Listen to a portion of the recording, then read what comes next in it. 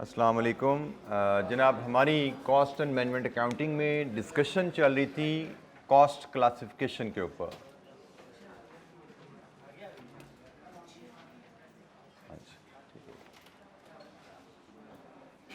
Cost classification में कल हमारी डिस्कशन हुई थी डायरेक्ट कॉस्ट और इनडायरेक्ट कॉस्ट के ऊपर। तो कोई सवाल कल के लेक्चर से direct cost, direct material, direct labour, direct expenses collectively called prime cost, और इनडायरेक्ट कॉस्ट में भी हमारे पास indirect material, indirect labour, indirect expenses होते हैं जिनको कलेक्टिवली हम ओवरहेड्स कहते हैं। ओवरहेड्स हमारे प्रोडक्शन ओवरहेड्स भी हो सकते हैं और नॉन प्रोडक्शन ओवरहेड्स मतलब एडमिन, सेलिंग, डिस्ट्रीब्यूशन ओवरहेड्स भी हो सकते हैं। कोई सवाल कल के लेक्चर से जनाब? कोई चीज़ समझ ना आई हो, कोई एक्सप्लेनेशन, कोई टर्म समझ ना आई हो? जी बेटा।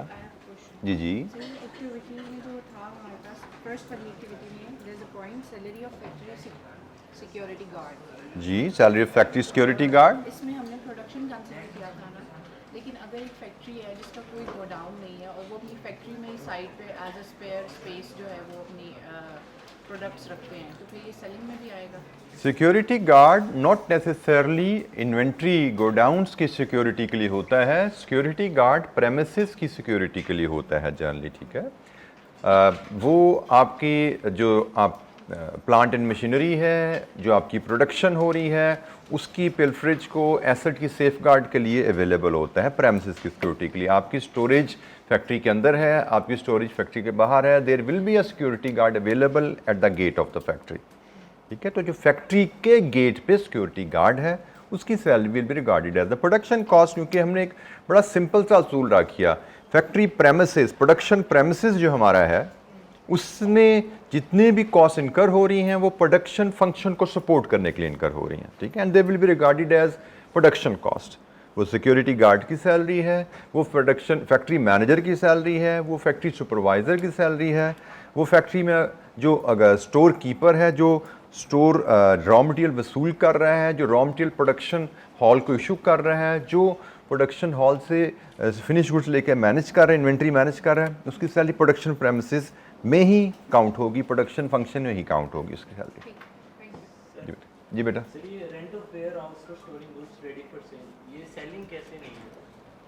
बेटा ये डिस्ट्रीब्यूशन कॉस्ट है। सेलिंग कॉस्ट को अगर हम डिफाइन करना चाहें, सेलिंग कॉस्ट क्या होती है?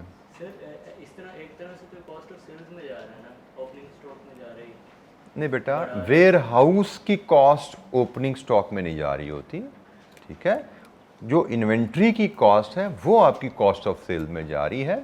हम जब वेयर हाउस की कॉस्ट बात कर रहे हैं जो कि डिस्ट्रीब्यूशन टू कस्टमर के लिए यूज़ किया जा रहा है, फिनिश गुड्स, जिसमें वेयर हाउसेज अगर आप देखें ऑर्गेनाइजेशन में कई तरह के होते हैं। जैसे जो फैक्ट्रीज़ हैं, बड़ी फैक्ट्रीज़ हैं जिनकी सप्लाई पूरे मुल्क में जाती है, उनके वेयर हाउस पूरे मुल्क में फैले होते हैं।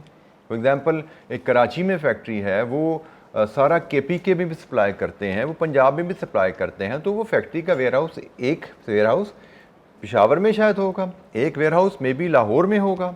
वो अपनी फैक्ट्री कराची में चीज़ें बनाएंगे, बना के वेयर हाउसेज में शिफ्ट कर देंगे ताकि जिस इलाके का कस्टमर ऑर्डर करे उस इलाके के वेयर हाउसेज को जल्दी से पहुंचा सकें। अब लाहौर का कस्टमर चीज़ मंगवाए, कराची से चलेगी तो कई दिनों में टाइम लगेगा।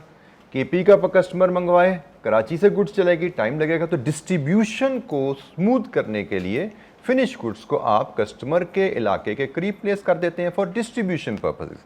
Finish goods ready for sale placed in the warehouse, may be factories in Karachi, such warehouse may be in Lahore और इन KP, ठीक है। किस लिए है? डिस्ट्रीब्यूशन को फैसिलिटेट करने के लिए कि डिस्ट्रीब्यूशन हमारी एफिशिएंट हो जाए, कस्टमर को टाइमली चीज़ें मिल जाएं। जी, एनी अदर क्वेश्चन?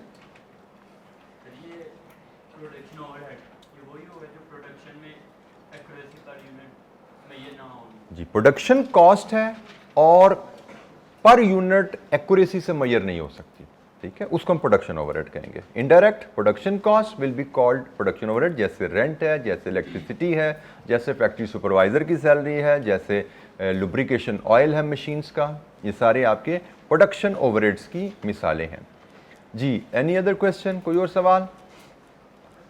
अच्छा जी, एक थोड़ा सा मैं तारुफ करवा दूं, आकिब इज़ हेयर, अगर आप उनके देख सकें, ही इज़ माई टीए। आप लोगों को कोई सपोर्ट एकेडमिक चाहिए हो तो आकिब से आप क्वालिटी एश्योरेंस डिपार्टमेंट में रब्ता कर सकते हैं। अक्सर क्लासेस में भी ये अवेलेबल हुआ करेंगे। बाकी आप लोगों को जो एकेडमिक सपोर्ट, क्लास में कोई चीज़ अगर आपसे मिस हुई, क्लास में आप नहीं पूछ सके, क्लास आपकी मिस होगी, तो आप इनसे अपनी सपोर्ट ले सकते हैं। ठीक है, ये will be up to date हमारी क्लासेस में क्या चल रहा है। डेली ये तकरीबन हर क्लास में ही हमें नज़र आया करेंगे, रेगुलरली क्लासेस ले भी रहे होंगे, तो आपको ये मटेरियल भी शेयर कर लेंगे क्लास में क्या डिस्कस। वैसे तो मैंने कहा रेगुलर रहना है, लेकिन जस्ट इन केस किसी वजह से अगर खुदा न खास्ता कोई आपकी क्लास मिस होती है या, तो आप आकिब से रब्ता ज़रूर कर सकते हैं। कोई इशू हो जो वो रिजॉल्व ना कर सके, तो जैसे हमने कहा था हम व्हाट्सएप ग्रुप बनाएंगे, आप व्हाट्सएप ग्रुप पे भी कम्युनिकेशन कर सकते हैं अपने साथियों से, मेरे साथ।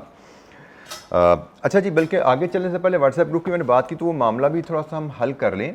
व्हाट्सएप ग्रुप हमने क्रिएट मैंने कर लिए थे। कल मुझे मैनेजमेंट ने कहा जी हमें खुद ही काम थोड़ा सा मेहनत करनी पड़ेगी, फ़िज़िकल क्लासेस के जो ग्रुप है वो अपनी मदद आपके तहत बनाए जाएंगे, ऑनलाइन के तो उन्होंने बना दिए। तो अब उसमें एक काम बड़ा सिंपल सा है जी। एक तो मैंने मेल हर सेक्शन, जिस हमारा सेक्शन है, तो आपका जैसे मेरे लिए this is section 1, CAF 3 section 1, ये ग्रुप क्रिएट हो गया।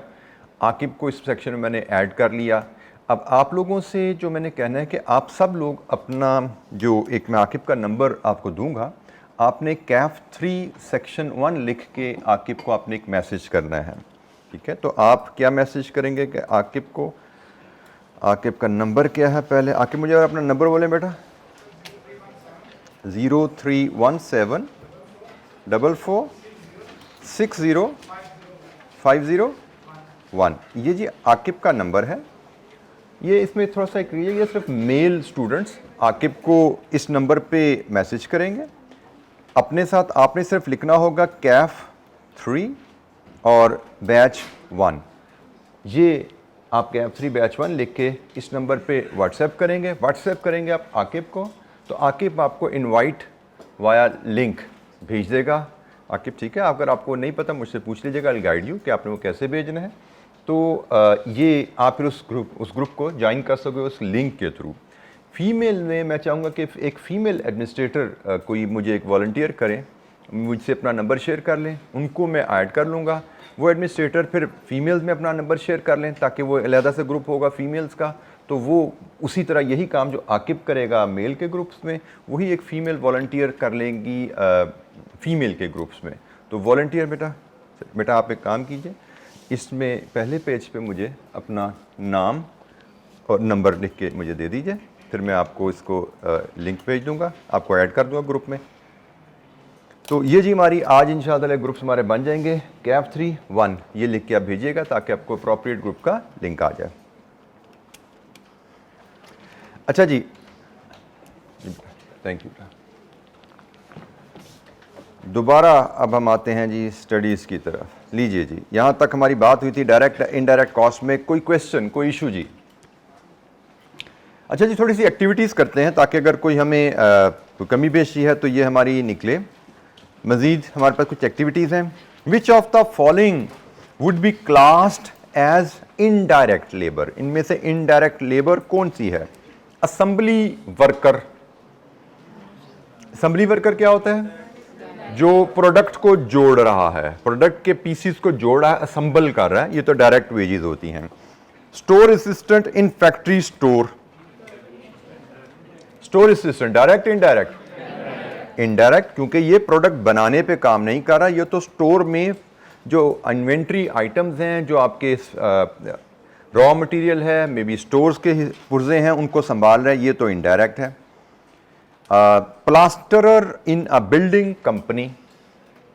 प्लास्टर, दीवार को प्लास्टर करने वाला डायरेक्ट लेबर है, क्योंकि उनका काम बिल्डिंग बनाना है और वह डायरेक्ट बिल्डिंग बना रहा है, प्लास्टरर है, तो ये डायरेक्ट लेबर है। An audit clerk in an accountancy firm direct है, क्योंकि ऑडिट फर्म का काम सर्विस देना है। जिस तरह प्रोडक्ट बनाने वाली ऑर्गेनाइजेशन में प्रोडक्ट बनाने वाला वर्कर डायरेक्ट होता है, इसी तरह सर्विस ऑर्गेनाइजेशन में सर्विस डिलीवर करने वाला वर्कर डायरेक्ट होगा। ऑडिट फर्म सर्विस देती है और ऑडिट क्लर्क या ऑडिट ट्रेनी ऑडिट सर्विस देने में इन्वॉल्व है। तो ये ऑडिट फर्म सर्विस ऑर्गेनाइजेशन के लिहाज से ये डायरेक्ट कॉस्ट होगी इसकी सैलरी, ठीक है जी। बी में कहते हैं जी डायरेक्ट कॉस्ट आर, इनमें से कौन सी डायरेक्ट कॉस्ट हैं? A cost which can be identified with a cost centre but not a cost unit. Cost centre से मुराद होती है डिपार्टमेंट, कॉस्ट सेंटर का मतलब होता है डिपार्टमेंट, ठीक है जी। और कॉस्ट यूनिट से मुराद होती है product.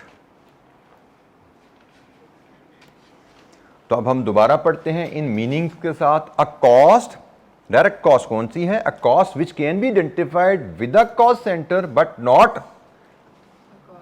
A cost, a single cost unit. क्या ये डायरेक्ट कॉस्ट होती है? नो, डायरेक्ट कॉस्ट तो वो होती है जो डिपार्टमेंट वाइज नहीं, प्रोडक्ट वाइज हमें पता लगे। मतलब जैसे हमने बात की थी फैक्ट्री का रेंट, ये तो प्रोडक्शन डिपार्टमेंट की कॉस्ट है, बट वो डायरेक्ट तो नहीं है ना। डायरेक्ट कॉस्ट तो होती है जो पर यूनिट हमें पता लग सके, तो ये तो भाई डायरेक्ट कॉस्ट नहीं है। नेक्स्ट, इसको हमने कहा जी ये तो डायरेक्ट कॉस्ट नहीं है। Cost which can be identified with a single cost unit और कॉस्ट सेंटर। उन्होंने कहा जी एक प्रोडक्ट के लिए मिल जाए या एक डिपार्टमेंट के लिए मिल जाए वो डायरेक्ट है? नो, प्रोडक्ट के लिए मिल जाए डायरेक्ट है, लेकिन डिपार्टमेंट के लिए मिल जाए तो डायरेक्ट नहीं है। लेकिन और का वर्ड आ गया है साथ, ये जुमला यहां खत्म हो जाता तो यस ये डायरेक्ट कॉस्ट है, लेकिन और कॉस्ट सेंटर आने की वजह से ये जुमला भी गलत हो गया। ऐसी कॉस्ट जो कॉस्ट यूनिट के हिसाब से पता लग जाए या डिपार्टमेंट के हिसाब से पता लग जाए, या की वजह से जुमला आगे आने की वजह से ये भी खराब हो गया, ये भी डायरेक्ट कॉस्ट नहीं है। Cost which can be attributed to an accounting period, attributed से मुराद रिलेट की जा सके। अकाउंटिंग पीरियड मतलब मंथ, क्वार्टर, ईयर, जिस पीरियड के लिए अकाउंट्स बनाए जाते हैं उस पीरियड को हम अकाउंटिंग पीरियड कहते हैं। यूजुअली अकाउंटिंग पीरियड एनुअल होता है, सालाना अकाउंट्स बनते हैं। तो जनाब वो कह रहा है ऐसी कॉस्ट जो पता लगे किस साल से रिलेट करती है, जो 2019 की कॉस्ट है, 2020 की कॉस्ट है, वो डायरेक्ट है, तो आंसर इज नो। तो इसका मतलब नन ऑफ द अबव, इनमें से कोई भी डायरेक्ट कॉस्ट नहीं है। This statement holds true. डी जी जी बेटा, सर्विस, पहली बात डायरेक्ट कॉस्ट की डेफिनेशन हम याद रखें, cost which can be traced with accuracy to the product we produce और सर्विस वी प्रोवाइड। इसको हम थोड़ा सर्विस ऑर्गेनाइजेशन में भी एक्सटेंड कर दें।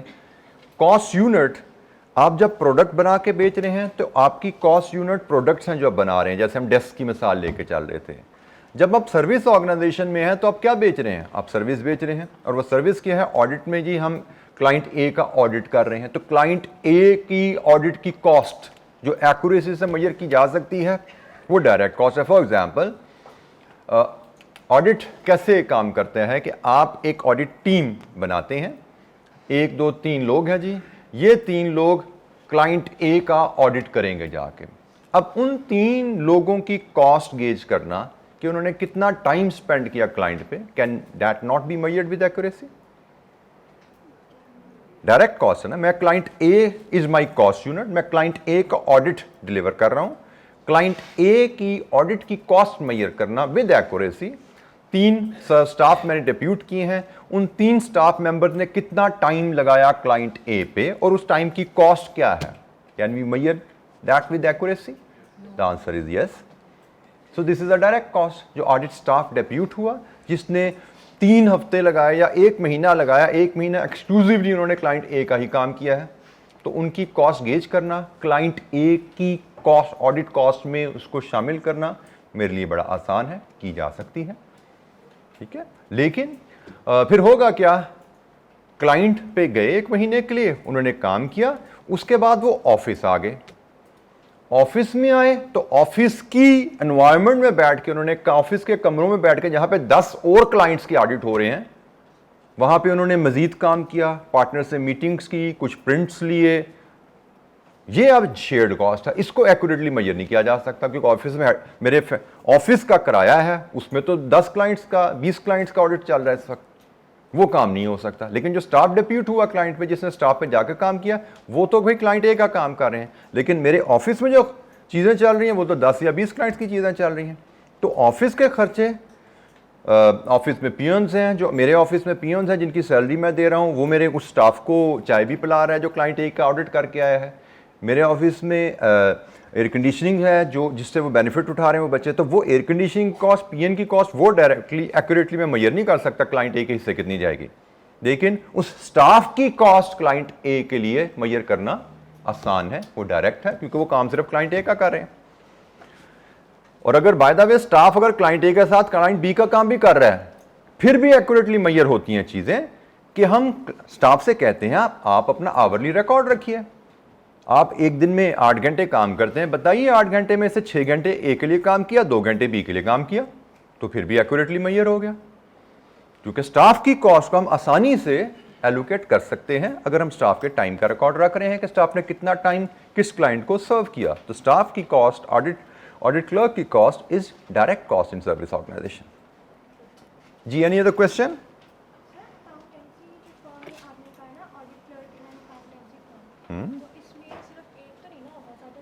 जी बिल्कुल, ज़्यादा सारे होंगे। मैंने तो इसलिए मिसाल में 3 लोग कहे, मैंने और क्लाइंट ए के ऑडिट पे 3 लोग भेजे, क्लाइंट बी के ऑडिट पे 6 लोग भेजे, क्लाइंट सी के ऑडिट पे 2 लोग भेजे। वो एक ही क्लाइंट पे है, बेटा एक क्लाइंट पे हैं तो भी मेजरेबल है। मैंने ये भी कहा कि मैंने एक मिस्टर एक्स को कहा है कि भाई आपने 4 घंटे क्लाइंट ए पे लगाने हैं और उसके बाद 4 घंटे आपने क्लाइंट बी पे लगाने हैं, even then it is the direct cost. मुझे पता है क्लाइंट ए पे 4 घंटे लगे, क्लाइंट बी पे 4 घंटे लगे, अगर मिस्टर एक्स की कॉस्ट डेली 1000 है तो 500 चार्ज हो जाएगी क्लाइंट ए को, 500 चार्ज हो जाएगी क्लाइंट बी को, if I am maintaining a record, it is measurable.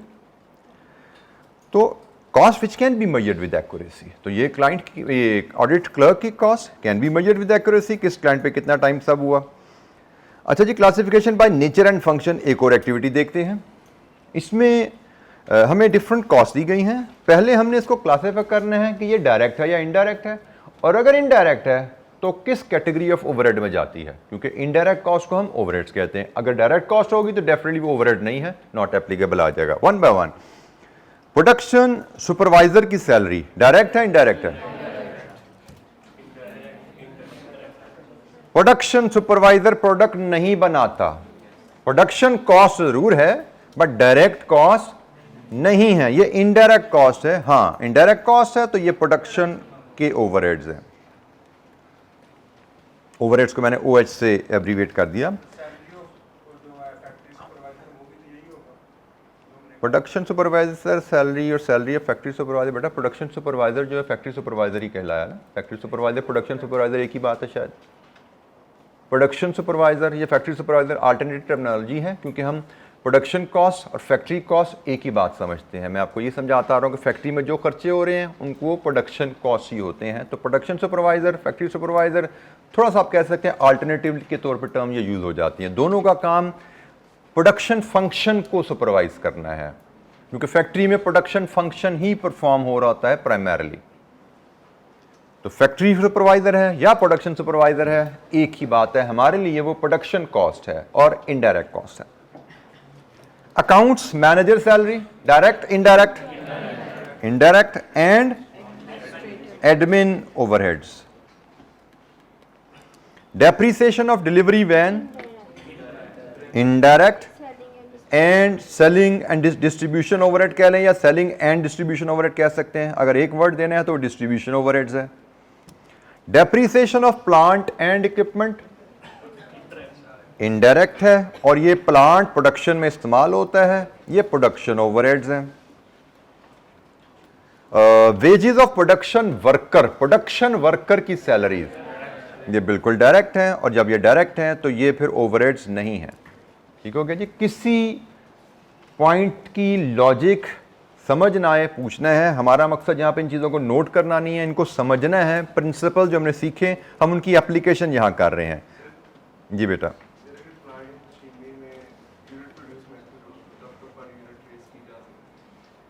जी, अगर डेप्रिसिएशन पर यूनिट मेथड पे चार्ज की जाती है तो क्या वो डायरेक्ट कॉस्ट बन जाती है? डेप्रिसिएशन की डेफिनेशन क्या आपको बताएगा? जी बेटा।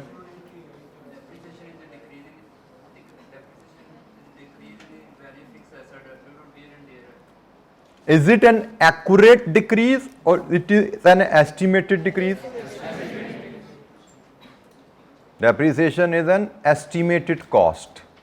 तो जब डेप्रिसिएशन एस्टिमेटेड कॉस्ट है, वो आप पर यूनिट चार्ज करो या पर एनम चार्ज करो, एक्यूरेट तो नहीं है ना, एस्टिमेट ही रहेगा, तो इनडायरेक्ट ही रहेगा।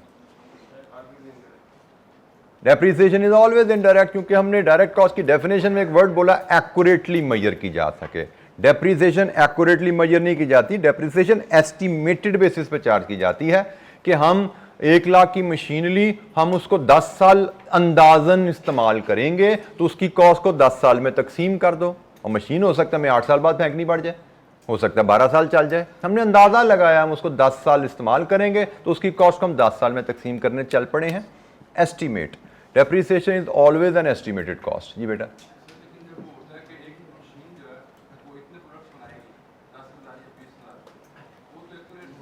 बनाएगी मतलब से क्या मरा बेटा? मशीन की useful life if it is so accurate, जैसे आप कह रहे हो कि हाँ जी 10,000 बाद उसका पहिया बंद हो जाएगा, देन एक्यूरेटली मेजर कर सकते हो, तो डेफिनेशन वही रहेगी भाई, अगर एक्यूरेटली मेजर कर सकते, बट नॉर्मली एक्यूरेटली मेजर नहीं कर सकते। Normally it is an estimate.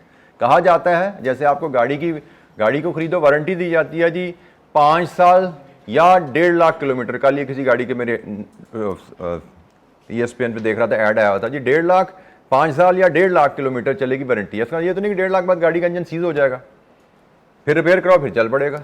तो मशीनरी तो ऐसे ही होती है भाई कि आप चाहो तो 1.5 लाख बाद बेच दो गाड़ी, चाहो तो उसको ओवरऑल कराओ फिर आगे 2 साल चला लो और उसको, और ठीक है। तो नॉर्मली मशीन्स में ऐसा नहीं होता, बट यस अगर आपको गारंटी ठप्पे के साथ मिला जी इसके बाद बंद उठा के ले जाएंगे मशीनरी अगले, और 10,000 यूनिट के बाद बनाने हैं आपने, तो यस फिर आप एक्यूरेटली मेजर कर सकते हो, तो कर दो चार्ज।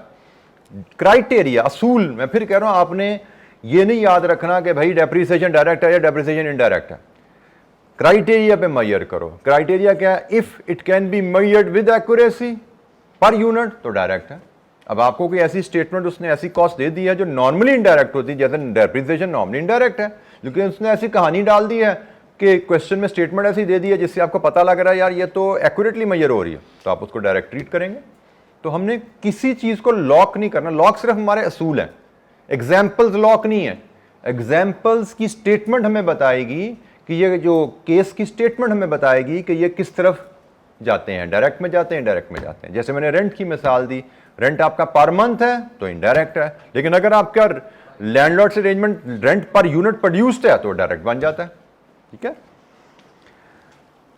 अच्छा जी, अब हम मूव करते हैं अपनी 4th क्लासिफिकेशन की तरफ, क्लासिफिकेशन बाय बिहेवियर। हमने कॉस्ट, हमें कंपनी की कॉस्ट का डाटा दिया जाए, उसको हमने कहा हम चाहें तो बाय एलिमेंट 3 टुकड़ों में तकसीम कर सकते हैं, मटेरियल, लेबर, ओवरहेड। हम चाहें तो कंप्लीट कॉस्ट को बाय फंक्शन डिफरेंट टुकड़ों में, प्रोडक्शन, नॉन प्रोडक्शन, और नॉन प्रोडक्शन को फिर further admin, selling, finance cost में तकसीम कर सकते हैं। बाय फंक्शन तकसीम कर सकते हैं कि किस डिपार्टमेंट, बाय फंक्शन कह लें या बाय डिपार्टमेंट कह लें, एक ही बात है, क्योंकि different department different function perform कर रहे होते हैं। फिर हमने बाय नेचर तकसीम करने की बात की, हम अपनी ओवरऑल कंपनी की कॉस्ट को डायरेक्ट और इनडायरेक्ट कॉस्ट में तकसीम कर सकते हैं। अब लास्ट क्लासिफिकेशन, अगर हमें अपनी कंपनी की कॉस्ट डिटेल दी जाए तो हम उनको बाय बिहेवियर भी तकसीम कर सकते हैं, कॉस्ट के बिहेवियर को देख के। ये तमाम क्लासिफिकेशन हमें कॉस्ट एंड मैनेजमेंट अकाउंटिंग के डिफरेंट टॉपिक्स में को समझने के लिए और उनमें परफॉर्म करने के लिए बहुत ज़रूरी हैं। तो जनाब, एक बाय बिहेवियर कॉस्ट की जब बात करते हैं तो एक कॉस्ट कहलाती है फिक्स्ड कॉस्ट।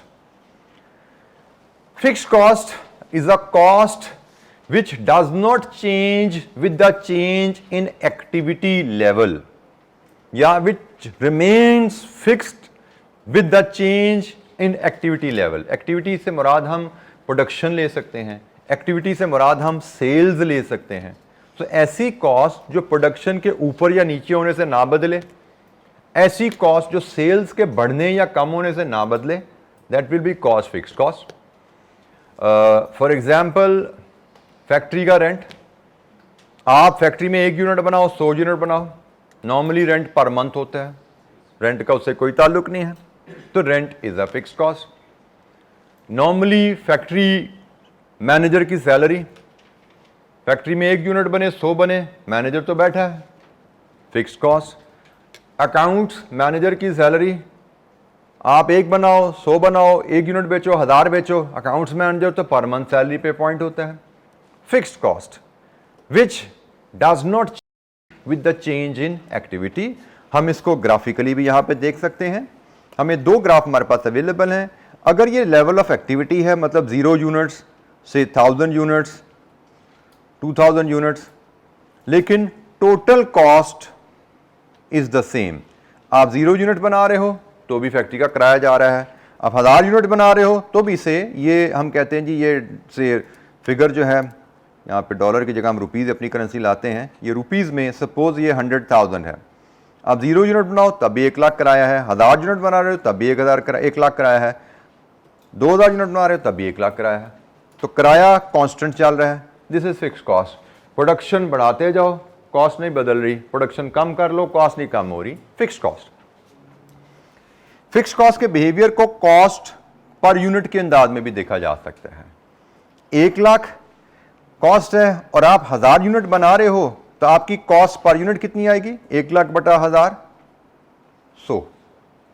आप 2000 यूनिट बना रहे हो तो आपकी कॉस्ट पर यूनिट कितनी रह जाएगी? 50। ऐसे ही है जी। तो फिक्स्ड कॉस्ट पर यूनिट कम होती जाती है जैसे जैसे प्रोडक्शन बढ़ती है, क्योंकि कॉस्ट तो लाख ही है। 1000 यूनिट बनाए तो 1 लाख बटा 1000, फिक्स्ड कॉस्ट पर यूनिट 100 है। 2000 यूनिट बनाए, फिक्स्ड कॉस्ट आपकी हो जाएगी 1 लाख बटा 2000, 50 रुपए। जितने यूनिट्स बढ़ाते जाओगे सेम फिक्स्ड कॉस्ट ज्यादा प्रोडक्शन पे डिवाइड होती जाएगी। ये है फिक्स्ड कॉस्ट का बिहेवियर। या फिक्स्ड कॉस्ट आपने जब एक तो फैक्ट्री ले ली किराए पे तो फैक्ट्री आपके पास है, अब आप उसमें जितनी ज्यादा प्रोडक्शन कर लोगे उतना आपका फायदा है, क्योंकि हमारे किसी भी बिजनेस बनाने की वजह बेसिक ऑब्जेक्टिव होता है प्रॉफिट कमाना। और प्रॉफिट कब कमाया जाता है? जब आप प्राइस ज्यादा से ज्यादा ले सको विद कम से कम कॉस्ट। तो कॉस्ट को कम करना और प्राइस को बढ़ाना, ये 2 काम करेंगे तो प्रॉफिट बढ़ते जाएंगे। तो हम यहां पे देख रहे हैं कि अगर हम प्रोडक्शन बढ़ा लें तो हमारी cost, fixed cost per unit कम होती जाती है। हमें प्रोडक्ट बनाने में फिक्स्ड कॉस्ट इनकर करना मजबूरी है, किराए पे फील्डिंग लेना मजबूरी है, फैक्ट्री मैनेजर रखना मजबूरी है। अब हमने किराए पे फैक्ट्री भी ले ली है, फैक्ट्री मैनेजर भी रख लिया है, तो अब हमारी कोशिश होनी चाहिए अपनी प्रोडक्शन को ज्यादा से ज्यादा बढ़ाएं। जितनी प्रोडक्शन ज्यादा बढ़ाएंगे उतनी हमारी कॉस्ट कम होती जाएगी। प्रोडक्शन के बढ़ने की वजह से कॉस्ट पर यूनिट कम होती है। ये बिहेवियर्स हमें जानना ज़रूरी है, क्योंकि हमने आगे मैनेजमेंट अकाउंटिंग भी पढ़नी है, जिसमें हमने डिसीजन मेकिंग सीखनी है कि हम कंपनी के प्रॉफिट्स को बढ़ाने के लिए हमें क्या करना चाहिए। तो कॉस्ट का बिहेवियर आपको एक इंडिकेशन दे रहा है कि प्रॉफिट्स को बढ़ाने की जब बात करेंगे आप, तो उसमें से एक तरीका कॉस्ट का बिहेवियर हमें बता रहा है कि हम प्रोडक्शन बढ़ा के अपनी कॉस्ट को कम कर सकते हैं पर यूनिट, और कॉस्ट पर यूनिट कम होगी। प्राइस हमारी से 200 रुपए पर यूनिट है, तो जैसे जैसे प्रोडक्शन बढ़ती जा रही है कॉस्ट पर यूनिट हमारी कम होती जा रही है और प्राइस माइनस कॉस्ट हमारा प्रॉफिट बढ़ता जा रहा है। ठीक है, तो प्रॉफिट बढ़ाने के लिए कॉस्ट के बिहेवियर को अगर समझते हैं तो एक तरीका हम यहीं पे समझ पा रहे हैं कि भी प्रोडक्शन बढ़ाओ प्रॉफिट बढ़ जाएगा जी। Fixed cost, cost which does not change with the change in activity level, या cost which remains constant with the change in activity level, एक ही बात है। एनी क्वेश्चन जी? फिक्स्ड कॉस्ट क्या है जी बेटा? बेटा नंबर्स में बदल रही है ना, कॉस्ट पर यूनिट यहाँ पे बन कैसे रही है? आप देखो ना, कॉस्ट पर यूनिट आपकी बन रही है इस केस में total cost over units produced. तो हम बात क्या कर रहे हैं कि टोटल कॉस्ट तो 1 लाख ही है, फैक्ट्री का किराया तो 1 लाख ही है, 1000 यूनिट बनाओ या 2000 यूनिट बनाओ, लेकिन कॉस्ट पर यूनिट आपकी 100 होगी अगर आप 1000 यूनिट बना रहे हो, और कॉस्ट पर यूनिट आपकी 50 रुपए रह जाएगी अगर आप 2000 यूनिट बनाओगे। कॉस्ट पर यूनिट चेंज हो रही है, टोटल कॉस्ट सेम है, किराया हम फैक्ट्री का लाख ही दे रहे हैं, लेकिन यूनिट ज्यादा बना देंगे तो वो कॉस्ट ज्यादा यूनिट्स पे तकसीम हो जाएगी।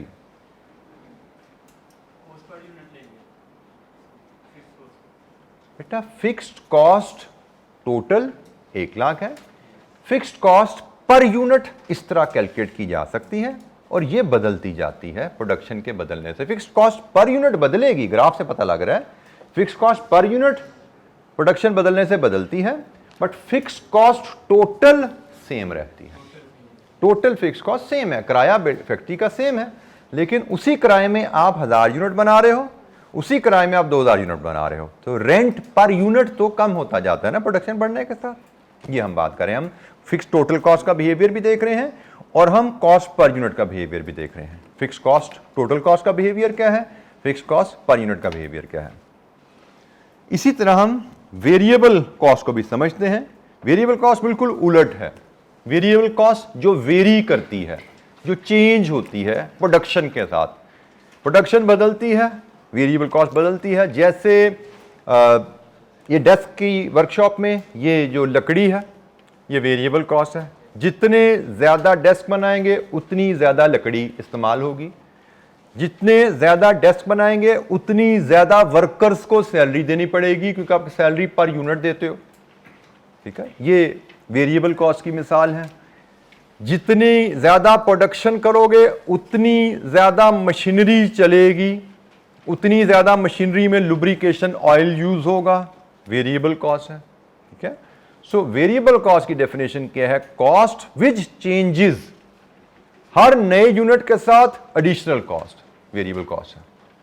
हर नए यूनिट के साथ जो कॉस्ट एडिशनल इनकर हो, हर नया यूनिट बना जेब से पैसे और निकल गए, फिर नया यूनिट बना फिर जेब से पैसे निकल रहे हैं, तो वो आपकी वेरिएबल कॉस्ट कहलाएगी। मैं फिर इसको रिलेट करूं किराए के साथ। एक यूनिट बनाया, कुछ एडिशनल किराया देना पड़ा, नॉर्मली पर मंथ किराया भाई। 2 यूनिट बनाओ, 1000 बनाओ, 5000 बनाओ, किराया नहीं निकला। लेकिन एक यूनिट बनाया 10 फुट लकड़ी गई, 2 यूनिट बनाए 20 फुट लकड़ी गई, 3 यूनिट बनाए 30 फुट लकड़ी गई, हर नए यूनिट के साथ जा रहा है। एक यूनिट बनाया, 1 यूनिट की सैलरी दी वर्कर को, 2 यूनिट बनाए 2 यूनिट की सैलरी देनी पड़ी, 3 यूनिट बने 3 यूनिट की सैलरी देनी पड़ी। ठीक है, सो हर यूनिट के साथ कॉस्ट नई इनकर हो रही है।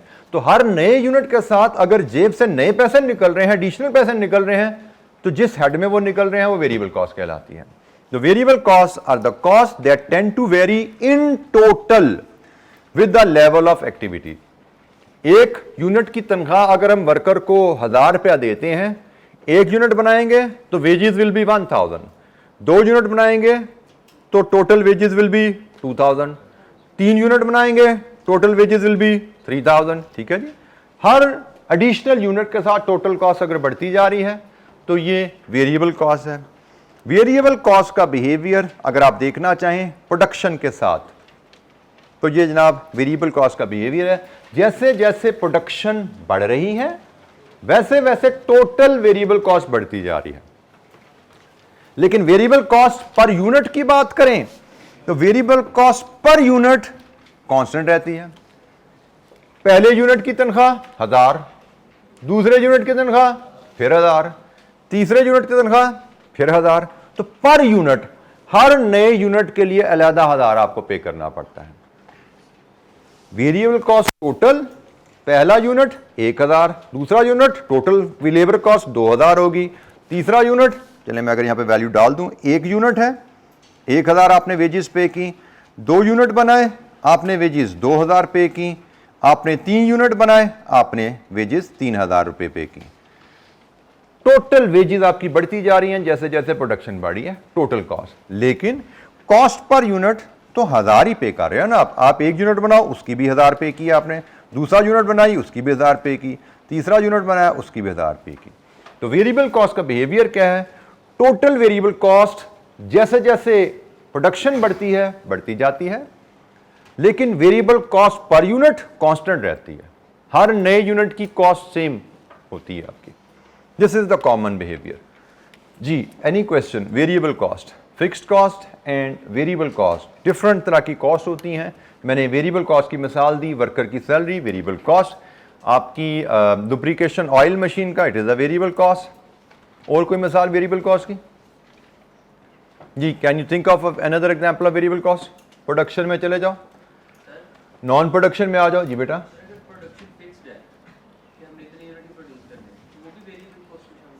प्रोडक्शन फिक्स्ड है बेटा, आप 2000 बनानी है, लेकिन एक एक करके 2000 पे पहुंचोगे ना, इकट्ठे ही तो यूं डला और यूं बाहर 2000 नहीं आएगा ना, एक एक करके 2000 बनते हैं आपके। तो हमने बिहेवियर का पढ़ा कि अगर हर एडिशनल यूनिट के साथ एडिशनल खर्चा जेब से निकल रहा है, आप 1 बनाओ, 2000 बनाओ, 10,000 बनाओ, हर एडिशनल यूनिट के साथ एडिशनल खर्चा जेब से निकल रहा है, तो वो वेरिएबल है। सर ये लेवल ऑफ एक्टिविटी के साथ ये फ्लक्चुएट करेगी आगे जाके, मतलब एक पॉइंट आएगा जहाँ पर या तो वहाँ से आगे से डिस्काउंट मिलेगा या तो चीज़ें जी बिल्कुल बिल्कुल ऐसा ही है। और भी अभी बिहेवियर में भी हमने कंप्लीट नहीं की, बिहेवियर पे हमारी भी डिस्कशन होनी है। मैंने एक वर्ड बोला जो नॉर्मली आप लोग रजिस्टर नहीं करते, इस तरह के पॉइंट आते हैं तो बोलते हैं, मैंने कहा normally this is the behaviour which is shown, but yes you are absolutely right, exception डाल देयर। इसमें भी इशू आएगा, अभी फिक्स कॉस्ट में भी इशू आएगा, उसको भी मैंने छेड़ना है। अभी हमने बात शुरू किया बिहेवियर में, अभी आगे हमारी कुछ एग्जाम्पल्स रहती हैं, अभी कुछ क्लासिफिकेशन रहती हैं, बट यू आर राइट, ऐसा ही है। हमेशा variable cost per unit fix नहीं रहेगी। आपके साथी ने बिल्कुल ठीक कहा कि जैसे जैसे हम ज़्यादा फॉर एग्जांपल मटेरियल की बात करें, मैंने कहा जी लकड़ी, एक टेबल बना तो 10 फुट इस्तेमाल हुई, 2 टेबल बने 20 फुट हुई, 3 टेबल बने 30 फुट बनी। जैसे जैसे हम प्रोडक्शन बढ़ा रहे हैं, we are using more wood, we are buying more wood, and when we are buying more we can negotiate with the supplier का भैया मैं डिस्काउंट दे दो। This is very normal, very common होता है। हम आम पर्सनल लाइफ में भी ऐसा करते हैं कि हम जी 2 चीज़ें ले रहे हैं तो मेरे को डिस्काउंट दो। यस ऐसा होगा, लेकिन उसको हम आगे चल के डील करेंगे, but this is the normal behaviour we should know. Cost per unit normally will stay constant, but yes there may be change, reduction आ सकती है। जी एनी अदर क्वेश्चन? उस पर बात करते हैं, अभी उसको भी हमने डिस्कस करना है। फिक्स्ड कॉस्ट की कोई और एग्जांपल? मैंने एग्जांपल मांगी थी वेरिएबल कॉस्ट की, आपने मेरे को एग्जांपल दी थी? कोई नहीं दी किसी ने। वेरिएबल कॉस्ट की एग्जांपल मांगी थी मैंने। Electricity is by the way it has some variable component, इसको हम हटें और कोई एग्जांपल पे जाएं। इंश्योरेंस कॉस्ट, इंश्योरेंस का प्रोडक्शन से यूजुअली ताल्लुक नहीं होता। इंश्योरेंस आपकी एसेट्स की होती है, जैसे आप अपनी बिल्डिंग की इंश्योरेंस कराते हो, खुदा ना खास्ता बिल्डिंग में फायर लग जाए। आप अपने प्लांट की इंश्योरेंस कराते हो, खुदा ना खास्ता प्लांट को कोई डैमेज हो जाए। आप अपनी स्टॉक्स की इंश्योरेंस करवाते हो। स्टॉक्स की इंश्योरेंस पर जब जाते हैं, yes there we can think of के स्टॉक्स की इंश्योरेंस वेरिएबल कॉस्ट होती है, क्योंकि वहाँ पे आपको आपकी इंश्योरेंस का तरीकाकार क्या होता है कि आपके की वैल्यू का 1% आपने इंश्योरेंस पे करना है। तो इसका मतलब 100 रुपये का यूनिट है तो 1 रुपया इंश्योरेंस पे करोगे। 100 के 2 यूनिट्स पड़े हुए हैं तो 2 रुपये इंश्योरेंस पे करोगे। 100 के 3 यूनिट्स पड़े हुए आपके पास तो 3 रुपये इंश्योरेंस पे करोगे। तो यस, स्टॉक्स की इंश्योरेंस जब आप कराते हैं तो उसका ताल्लुक हर एक यूनिट के साथ एडिशनल इंश्योरेंस आपको पे करनी पड़ती है। It becomes variable cost. बिल्कुल ठीक है, stocks insurance it's a variable cost. Distribution cost, yes उसमें काफ़ी ज़्यादा वेरिएबल कंपोनेंट है। बल्कि हम एक काम करते हैं, सेल्स कॉस्ट लेते हैं, सेलिंग कॉस्ट लेते हैं। हमारे सेल्समैन हैं, उनको हम सैलरी दे रहे हैं मंथली तो वो फिक्स्ड है, लेकिन हम उनको एट टाइम सेल्स कमीशन देते हैं कि जी हम आपको 1% कमीशन देंगे। आप जितने की सेल्स करेंगे उस रेवेन्यू का 1% आपको कमीशन दिया करेंगे। तो आप 100 रुपये की चीज़ बेचेंगे 1 रुपया कमीशन मिलेगी। आप 200 का चीज़ें बेचेंगे 200 का रेवेन्यू कमाएंगे, आपको 2 रुपये कमीशन मिलेगी। तो जो सेल्स कमीशन है वो वेरिएबल कॉस्ट है, लेकिन सेल्समैन की जो सैलरी है वो पर मंथ होती है। तो सेल्समैन की सैलरी फिक्स कॉस्ट हो जाएगी, सेल्समैन की कमीशन वेरिएबल कॉस्ट हो जाएगी, क्योंकि कमीशन हर नए यूनिट के साथ एडिशनल देनी पड़ेगी। सैलरी जितने मर्जी यूनिट बेचो, कम बेचो ज़्यादा बेचो, वो फिक्स है, वो तो पर मंथ दे रहे हैं, हम पर यूनिट दे ही नहीं रहे। तो जो कॉस्ट पर यूनिट इनकर हो रही है वो वेरिएबल है, जो पर मंथ इनकर हो रही है वो फिक्स्ड है, जिसका यूनिट से कोई ताल्लुक नहीं है वो फिक्स्ड है। अच्छा जी, हम आगे चलते हैं थोड़ा सा। एक और type of cost semi variable या semi fixed cost. Semi variable या सेमी फिक्स्ड कॉस्ट ऐसी कॉस्ट होती हैं जिनमें एक कॉस्ट में फिक्स्ड और वेरिएबल कंपोनेंट्स दोनों शामिल हैं। जैसे आपके साथी ने भी कहा था इलेक्ट्रिसिटी बिल, अब इसमें दोनों चीजें शामिल हैं। मैं वेरिएबल कॉस्ट की मिसाल दोबारा पीछे जाकर जोड़ूं। मैंने कहा जी एक टेबल बनाया तो 10 फुट लकड़ी लगी, टेबल नहीं बनाया तो लकड़ी लगी क्या? No, zero, no production zero cost, ये ग्राफ में नजर आ रहा है, जीरो प्रोडक्शन जीरो कॉस्ट। लेकिन घर में बिजली ना इस्तेमाल करो तो बिजली का बिल जीरो आता है क्या? घर में टेलीफोन ना इस्तेमाल करो तो टेलीफोन का बिल जीरो आता है क्या? There is some fix cost, इस्तेमाल करो या ना करो बिल आ जाना है थोड़ा सा। हाँ, इस्तेमाल करोगे तो बिल बढ़ता जाएगा। यह है ग्राफ आपके बिजली के बिल का कि 0 यूनिट बिजली इस्तेमाल करो फिर भी बिल आएगा शायद 500 रुपए का। उसके बाद जैसे जैसे यूनिट्स बढ़ाते जाओगे बिल बढ़ता जाएगा। यही बिहेवियर शायद टेलीफोन के बिल का है। ठीक है जी। तो ये आपका सेमी फिक्स्ड कॉस्ट या इसको सेमी वेरिएबल कॉस्ट कहते हैं। सेमी फिक्स्ड या सेमी वेरिएबल कॉस्ट ऐसी कॉस्ट जिसमें फिक्स्ड कुछ हिस्सा फिक्स्ड होता है और कुछ हिस्सा वेरिएबल होता है। जैसे बिजली के बिल की हमने मिसाल ली, कुछ हिस्सा इसमें फिक्स्ड है, 500 रुपए फिक्स्ड है, इस्तेमाल करो या ना करो 500 का बिल आना है, और उसके बाद 10 रुपए पर यूनिट ऐड करते जाएंगे। ठीक हो गया। तो ये सेमी वेरिएबल कॉस्ट है। इसी तरह बाय द वे मैं एक और ग्राफ बनाता हूं, ये भी सेमी वेरिएबल का ग्राफ है। मैं एक ये ग्राफ है सेमी वेरिएबल का, ये ग्राफ सेमी वेरिएबल है। इसकी मिसाल दी मैंने ये इलेक्ट्रिसिटी का। ये ग्राफ किस चीज का हो सकता है, किस कॉस्ट से रिलेट कर सकते हो? क्या आप 0 यूनिट इस्तेमाल करो या आप 500 यूनिट इस्तेमाल करो, फिक्स्ड कॉस्ट है। उसके बाद जैसे 501 उससे बिल बढ़ना शुरू होगा, कॉस्ट बढ़नी शुरू हो जाएगी। सॉरी, वेयर हाउस रेंट,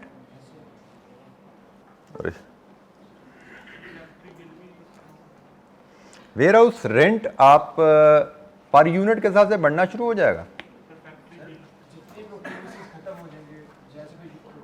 बेटा आप इसको क्या हो गया,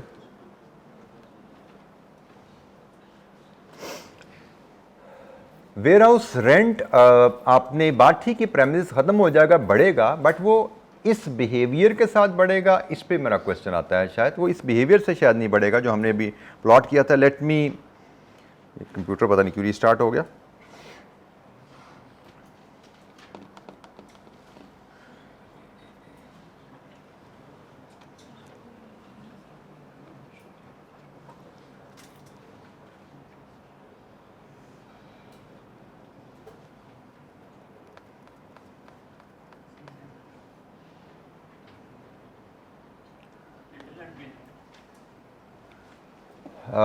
इसमें जी मैं इसको कहूँगा, मैं अपने मोबाइल बिल की मिसाल दूँ तो पोस्ट पेड मोबाइल बिल, जिसमें अगर आपको फेमिलियरिटी इतनी नहीं है कि अक्सर बच्चों को मतलब एज अ स्टूडेंट हम प्रीपेड यूज़ कर रहे होते हैं, उसमें एक मंथली लाइन रेंट होता है। ये घर वैसे PTCL में भी ये ऑप्शन होती है, वो भी अक्सर मुझे फ़ोन आते रहते हैं पैकेज के लिए। मैंने से कंपनी से एग्री किया हुआ है कि भाई मैं आपको मंथली 1000 रुपीज़ पे करूँगा। उन्होंने मुझे कहा जी 1000 रुपीज़ में 500 मिनट आपके फ्री हैं, मतलब मैं 1000 पे करूं, 500 मिनट तक मोबाइल में यूज़ करूं, मेरा बिल 1000 ही रहेगा। हाँ, 500 से ज़्यादा मिनट यूज़ करूंगा, पर मिनट चार्जेस शुरू हो जाएंगे। तो मोबाइल का जो बिल है मेरा, पोस्ट पेड मोबाइल बिल, ये एग्जाम्पल है, टिपिकल एग्जाम्पल है इस ग्राफ की। मतलब सेमी फिक्स्ड, मेरे मोबाइल का बिल भी सेमी फिक्स्ड है या सेमी वेरिएबल है। उस बिल में कुछ हिस्सा फिक्स्ड होता है और कुछ हिस्सा वेरिएबल होता है। मतलब उसमें डाटा की मैं बात करूं तो मेरे मोबाइल में से 5 GB डाटा रेंट में शामिल है। मैं जो 1000 पे करता हूं 5 GB डाटा यूज़ कर लूं, कोई पैसे चार्ज नहीं होते, इस रेंट में शामिल है। लेकिन 5 GB से ज़्यादा डाटा यूज़ होगा, बिल बढ़ना शुरू हो जाएगा पर MB या जो भी उनका चार्जेस हैं। तो mobile bill, post paid mobile bill के लिए ये ग्राफ है। ये भी सेमी फिक्स्ड या सेमी वेरिएबल है, क्योंकि इस कॉस्ट में कुछ हिस्सा फिक्स्ड है, कुछ वेरिएबल है। और ये जो ग्राफ है जो हमने इलेक्ट्रिसिटी बिल के लिए देखा, ये भी सेमी वेरिएबल का ग्राफ है। इसमें कुछ हिस्सा फिक्स्ड है, यूज़ करें या ना करें बिल आना है, और उसके आगे वेरिएबल शुरू हो जाता है। ये दोनों ग्राफ्स आपके ऑप्शन हैं, डिफरेंट टाइप की सेमी वेरिएबल कॉस्ट की एग्जांपल्स हैं। और semi variable cost per unit का बिहेवियर ऐसे ही रहता है। चूंकि इस कॉस्ट में कुछ पोर्शन फिक्स्ड भी शामिल है, तो इसलिए ये जो फिक्स कॉस्ट पर यूनिट का बिहेवियर था ना, वो इसमें रिफ्लेक्ट हो रहा है।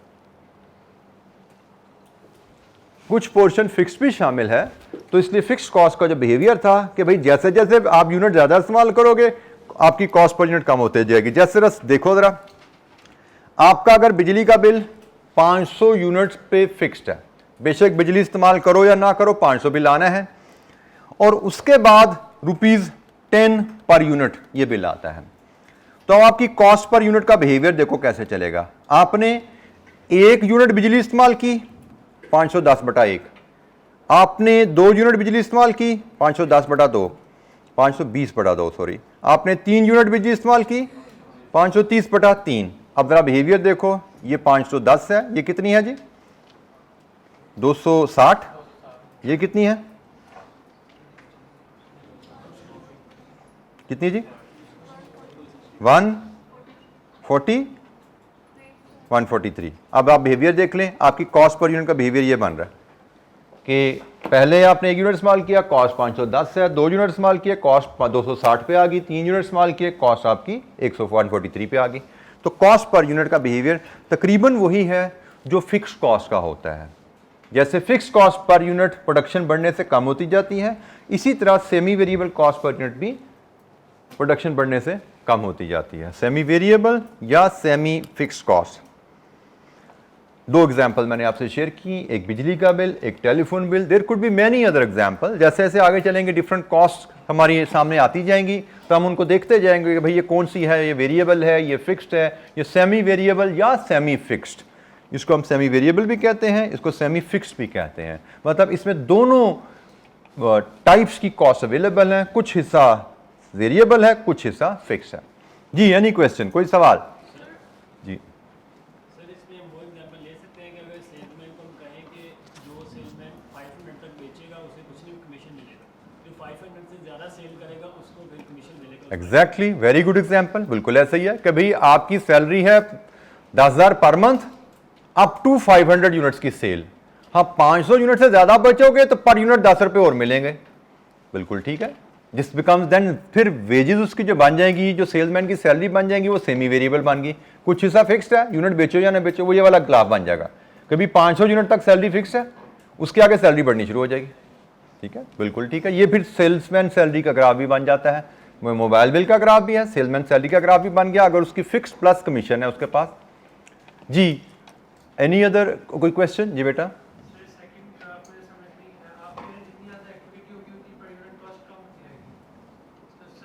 ये जी बेटा मैंने इसकी ये मिसाल ये बनाई ना, मैंने इसकी मिसाल ये बनाई कि आपका बिल 500 रुपये फिक्स्ड है और 10 रुपये पर यूनिट उसके बाद चार्ज होता है। तो आप 1 यूनिट इस्तेमाल करोगे आपका बिल 510 है, आप 2 यूनिट बिजली इस्तेमाल कर रहे हो आपका बिल 520 है, आप 3 यूनिट इस्तेमाल कर रहे हो आपका बिल 530 है। ये पर यूनिट कॉस्ट निकालते जा रहे हैं आप।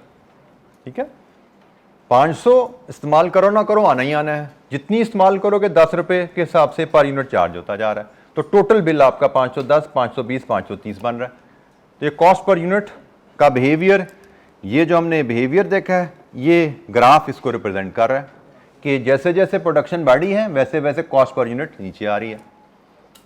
जी एनी अदर क्वेश्चन, कोई सवाल?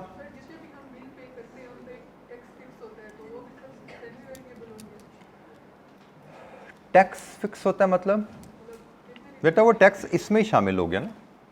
ये जो 500 रुपये है उसमें आपका लाइन रेंट प्लस टैक्स उसमें शामिल होता है, तो वो फिक्स कॉस्ट में आ गया ना टैक्स आपका। बेटा ये जितने भी बिल वाली बात नहीं, इससे मैं घबराता हूँ। मैंने कल एक जुमला बोला था, असूल याद रखो बेटा। अगर सब में टैक्स है तो सब फिर सेमी वेरिएबल होंगे, लेकिन हो सकता है आपको एग्जाम में जो बिल है उसमें टैक्स ना हो। बात समझ नहीं मेरी? आप इस तरह की जब सब में हर जगह ऐसे ही करना है, जब ये बातें करते हैं इसका मतलब क्या है कि आप असूल याद नहीं रखना चाहती, आप बस सोचने से जान छुड़ाना चाहते हैं कि भाई मुझे सोचना ना पड़े, बस बिल आ जाए डाल दो सेमी वेरिएबल। मैं इसी चीज से आपको दूर रखना चाहता हूं। जो कल मैंने बात की थी, एग्जाम्पल्स को याद नहीं कर लेना कि भाई बिल सेमी वेरिएबल होता है, ये याद नहीं करना। याद क्या करना है? ये ग्राफ्स, ये असूल कि भाई ऐसी कॉस्ट जिसमें कुछ हिस्सा फिक्स्ड है कुछ हिस्सा वेरिएबल है वो सेमी वेरिएबल है। अब आपको जो कॉस्ट बताई जाए एग्जाम में, क्वेश्चन में, उसको पढ़िए, असूल पे परखिए, फिर फैसला कीजिए। मैंने इसीलिए आपको कल मिसाल दी थी, रेंट फिक्स्ड भी हो सकता है, लेकिन हो सकता है एग्जाम में आपको रेंट दिया जाए पर यूनिट, तो वो वेरिएबल है। पर मंथ है तो फिक्स्ड है, इनडायरेक्ट है। पर यूनिट है तो वेरिएबल है, डायरेक्ट है। असूल नहीं भूलेंगे हम, असूल याद रखेंगे। एग्जाम्पल को साइड पे कर दो, जो कॉस्ट सामने आए असूल पे परख के फैसला करना, डायरेक्ट इनडायरेक्ट। एग्जाम्पल्स याद नहीं करनी। जब मैंने आपको कल एक जुमला ये बोला कि नहीं बोला, शायद मैंने बोला था कि दिमाग को एज अ प्रोसेसर यूज करो, इंफॉर्मेशन फीड करो, सोचो, फिर जवाब निकालो उसमें से। डायरेक्ट जवाब ना निकाल के फेंक दो। आप चाहते हो भाई कॉस्ट, बिल आ गया सेमी वेरिएबल, सोचना नहीं है, रेंट आ गया फिक्स्ड, सोचना नहीं है। इस चीज से बचना है, इसलिए मैंने आपको वार्न किया और आइंदा मैं बार बार करता रहूंगा। असूल याद रखो, उस पर परख के फिर फैसला करना है, एग्जाम्पल को याद नहीं करना हमने। जी एनी अदर क्वेश्चन? समटाइम्स होता है कि जिससे हम नेटफ्लिक्स से या फिर मोबाइल में कुछ ऐप्स होती है जो हमें ऑफर कराती है कि फर्स्ट 3 डेज आपकी कॉस्ट इतनी होगी अगर आप अभी बाय करते हैं, और with the passage of time ये इतनी फिर वक्त के साथ इंक्रीज होती रहेगी। सर इसकी कौन सी ग्राफ में एग्जांपल्स है? मसलन मैं ये कोई एग्जांपल दीजिए कि 3 दिन में बाय करेंगे तो कॉस्ट, वो तो आपकी कोई ऑफर आई हुई है ना, शायद आप ऑफर की बात कर रहे हो। वो तो आपको अरे कोई ये किताब भाई आप आज खरीद लो तो 500 किया, कल खरीदोगे तो 520 किया, तो ये पर किताब की कीमत नहीं है ना, तो वेरिएबल ही है ना, पर यूनिट हमें पे करनी पड़ी है। वेरिएबल कॉस्ट चेंज हो रही है, आज खरीदोगे तो 500 किया, कल खरीदोगे तो 600 किया। कॉस्ट पर यूनिट है, बदल रही है वक्त के साथ, वो तो बदलती रहती है, ठीक है। वो हम वेरिएबल ही रहेगी, हर यूनिट की नई कीमत देनी पड़ी है, it is variable. Fix cost नए यूनिट के साथ कीमत नहीं बदल रही, नए यूनिट आ रहे हैं, 1 यूनिट 2 यूनिट 4 यूनिट, कीमत वही रह रही है, कॉस्ट नहीं बदल रही। जैसे यहाँ पर मैंने कहा आप 1 minute 2 minute 3 minute up to 500 minute phone इस्तेमाल कर लो, बिल आ रही है, बिल नहीं बदल रहा, ठीक है। तो ये सेमी वेरिएबल है।